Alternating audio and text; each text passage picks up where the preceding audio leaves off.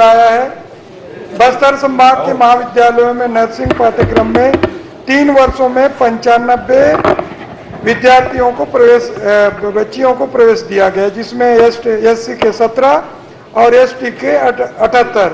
मैं माननीय मंत्री जी से जानना चाहता हूं, प्रत्येक वर्ष में इनके लिए कितने सीटें निर्धारित है और 3 वर्षों में प्रत्येक वर्ष कितने विद्यार्थियों को प्रवेश दिया गया। माननीय अध्यक्ष महोदय, एक तो जो नर्सिंग ट्रेनिंग के बारे में जब पूछा गया है, केवल बस्तर संभाग का पूछा गया है। तो बस्तर संभाग में जैसे मैंने बताया है कि 95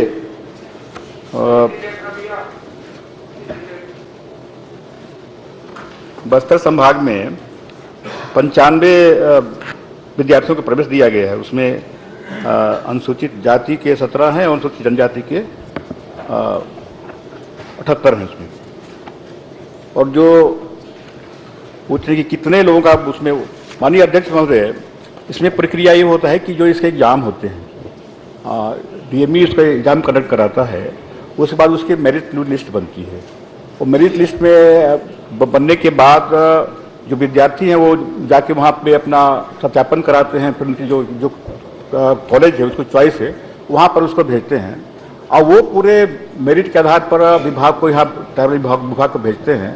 और ट्रैवल विभाग पूरे 400 विद्यार्थियों के लिए अलग अलग उसमें करके जहाँ जहाँ पर उनकी पदस्थापना, जहाँ जहाँ पर उनकी पोस्ट जो कॉलेज अलॉटमेंट होता है उसके आधार पर वो लोग क्या करते हैं। तो पूरे प्रदेश में जहाँ बालक अनुसूचित जाति के बालक 26 हैं और बालिका 129 और 155 कुल होते हैं, और अनुसूचित जनजाति के 51 बालक हैं और 194 बालिका। तो जो 400 संख्या है वो फिर घटती क्रम में उनके बना जाती है कि 400 फिर 400 399 इस प्रकार से। और जिन जिन कॉलेजों में उनकी प्रवेश होता है, विभाग फिर वहाँ पर सहायक आयुक्त को भेजते हैं कि वहाँ पे व्यवस्था करें ताकि वो लोग पढ़ाई कर सकें। माननीय अध्यक्ष महोदय, माननीय मंत्री जी ने 400 विद्यार्थियों को शासन के द्वारा प्रावधान है कि 400 लोगों को देंगे, मगर मैं देख रहा था है कि 400 लोगों को देंगे, मगर मैं देख रहा था आदिम जाति कल्याण विभाग के प्रशासकीय प्रतिवेदन के अध्ययन करने से ज्ञात हुआ 19 में 8 वर्षों में कुल 2159 विद्यार्थियों को लाभान्वित किया गया। निर्धारित लक्ष्य का मात्र 50%। वहीं अगले वित्तीय वर्ष में 2021 में 4499 विद्यार्थियों को लाभान्वित किया गया। ऐसा आपके प्रशासकीय प्रतिवेदन 20 और 21 में लिखा गया है। तो मैं जानना चाहता हूं, बस्तर संभाग में मात्र 3 वर्षों में 95 विद्यार्थी छात्राओं को आपने लाभ दिया जाता है, जबकि आपने बजट में भी प्रावधान आपने लिखा है प्रतिवेदन में, है ना, मांग संख्या 41 और मांग संख्या 64 में 6 करोड़ 78 लाख का, मांग संख्या 64 में 3 करोड़ का, उसके साथ साथ 20-21 में और 21-22 में भी आपने 5 करोड़ 78 लाख और मांग संख्या 64 में 3 करोड़ का प्रावधान है। उसके बाद भी इन वर्गों के बच्चों को उसका लाभ शासन क्यों नहीं दे पा रहे? मैं आपसे वही जानना चाहता हूं। आपने राशि भी प्रावधान किया है, उसके बाद भी आपका जो उत्तर है उसमें विरोधाभास है और प्रतिवेदन में भी विरोधाभास है। आखिर सही क्या है? आपने कहा कि 20-21 में 4000 विद्यार्थियों को लाभान्वित किया गया, आपने ये बात कही। तो आखिर जो उन वर्गों के बच्चे हैं, उन वर्ग के बच्चियां हैं, उनको लाभ क्यों नहीं दे रहा है? 50% भी छात्र छात्राओं को आपने लाभ नहीं दिया। के अध्यक्ष को प्रश्न करना पड़ेगा और मंत्री जी सत्ता और संगठन में समन्वय दिखता है, समन्वय नहीं है और ज्यादा पूछोगे ज्यादा पूछेंगे खा जाएंगे। बेहतर समन्वय है, ऐसा नहीं है। बड़े भाई की डांट खाना है आप क्या? लोग की आपस में समन्वय नहीं है। आज पूरा विपक्ष पूरा गोल है। बड़े भाई की डांट खाना है क्या? माननीय अध्यक्ष महोदय,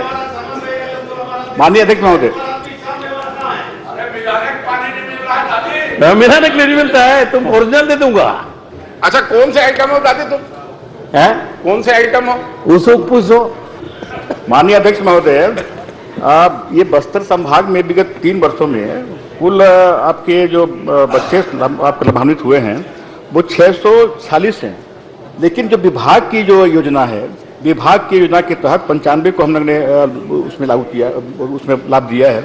उसमें माननीय अध्यक्ष महोदय हमने तय किया कि जो एक तो जो क्या पात्रता क्या उसकी रहेगी, ये मूल निवासी यहाँ का होना चाहिए, उसके जो परिवार की इनकम 2.5 लाख प्रति वर्ष उसका होना चाहिए, और एक परिवार के 2 बच्चों को उसमें लाभान्वित कर सकते हैं। उसमें माननीय अध्यक्ष महोदय जैसे मैंने कहा कि उसकी पूरे मेरिट लिस्ट बनती है और मेरिट लिस्ट का आधार पर हम करते हैं।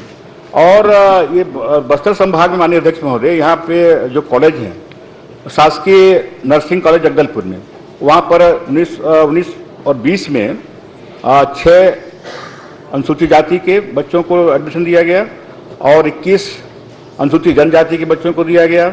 20-21 में अनुसूचित जनजाति के 16 और अनुसूचित जाति के 17 और आपके 21-22 में अनुसूचित जाति के 13 और अनुसूचित जनजाति के उसमें नहीं मिल पाए। तो इस प्रकार से जो कॉलेज है, अलग अलग कॉलेज हैं, अदितेश्वर नर्सिंग कॉलेज जगदलपुर, उसमें 5 बच्चों को एडमिशन दिया गया। बोधनी देवी नर्सिंग इंस्टीट्यूट, उसमें 5 लोगों को दिया गया। क्राइस्ट नर्सिंग कॉलेज जगदलपुर, उसमें 3 लोगों को दिया गया। इस प्रकार से अगर देखें तो 95 लोगों को इस योजना का जो लाभ जो उसमें निर्धारित थे कि हम किनको दे सकते हैं, उसके तहत हमने उसमें दिया। बाकी बच्चे बहुत पढ़ने वाले, बहुत उसमें पढ़ने वाले। माननीय अध्यक्ष महोदय, दीजिए ना। शासन की मंशा बहुत अच्छी है कि इन वर्गों के बच्चों को लाभ मिले, मगर विभाग की उदासीनता के कारण बच्चों को लाभ प्राइवेट हॉस्पिटल में दूसरे जगह हैदराबाद से लेकर अन्य जगह ट्रेनिंग लेने जाते हैं। माननीय अध्यक्ष जी, मैं माननीय मंत्री जी से जानना चाहता हूं, क्या इस योजना की समीक्षा बैठक किया गया? यदि हाँ तो विगत 3 वर्षों में कब कब किया गया? बैठक के क्या निर्देश दिए गए? क्योंकि आपके जो उत्तर आए माननीय अध्यक्ष जी, उसमें मात्र 95 बच्चों को 3 वित्तीय वर्ष में दिया गया, जबकि शासन से 400 से अधिक बच्चों को उसमें देना है, बजट में भी प्रावधान किया जाता है। तो मैं माननीय मंत्री जी से पूछना चाहता हूं, विगत 3 वर्षों में इस योजना की आपने कब कब समीक्षा की? माननीय अध्यक्ष महोदय, मैंने अपने उत्तर में पहले बताया है कि पूरे प्रदेश में हम 400 लोगों को देते हैं। बस्तर संभाग चूंकि आपका प्रश्न था, बस्तर संभाग में इन जो विभागीय जो योजना है उसके तहत हम 95 लोगों को दिए हैं। बाकी अन्य जिलों में उसको मिलता है और बराबर इसकी समीक्षा होती है। माननीय अध्यक्ष महोदय, पहले आपका इसमें जो पहले जब शुरू किया गया था उसमें 10 सीट थी, उसके बाद उसकी समीक्षा की गई, उसके बाद इसको बढ़ाकर 240 किया गया, अब पूरे बढ़ा के इसको 400 किया गया है। तो समीक्षा बराबर इसमें चलती रहती है और हम भी चाहते हैं कि आदिवासी बच्चियों को इसका लाभ मिले और इसमें हम लोग समीक्षा भी करते हैं। आवश्यकता पड़ने पर उसमें हमें निर्णय मिलेगा। माननीय अध्यक्ष महोदय, निःशुल्क नर्सिंग पाठ्यक्रम योजना के अंतर्गत अनुसूचित जाति व जनजाति के निर्धारित लक्ष्य अनुसार विद्यार्थियों को अधिक से अधिक लाभ मिले, इस हेतु योजना के संदर्भ में अनुसूचित जाति, अनुसूचित जनजाति तथा पिछड़े वर्ग कल्याण समिति समीक्षा आयोजित करेंगे क्या? क्योंकि आपके उत्तर में भी वही बात आ गई है, आपने मात्र 95 लोगों को मौका दिया, जबकि 400 लोगों से अधिक लोगों को उसके लिए प्रावधान भी आपने राशि मांग में शासन से मांग की है, उसके बाद भी उन बच्चों को लाभ नहीं मिल रहा है, उन लोग भटक रहे हैं। मैं आपसे अध्यक्ष जी, आपके माध्यम से माननीय मंत्री जी से निवेदन करना चाहता हूं, इन वर्गों के बच्चों को लाभ मिले, क्योंकि ऑलरेडी सरकारी अस्पतालों में भी नर्सेस के पोस्ट खाली रहते हैं, तो उस वर्गों को अगर ट्रेनिंग लेंगे तो उसका लाभ उन बच्चों को नौकरियां भी मिलेगी। तो मैं आपके माध्यम से आपसे मैं निवेदन करूंगा कि माननीय मंत्री जी को निर्देशित करें कि उन बच्चों के तो लाभ मिले।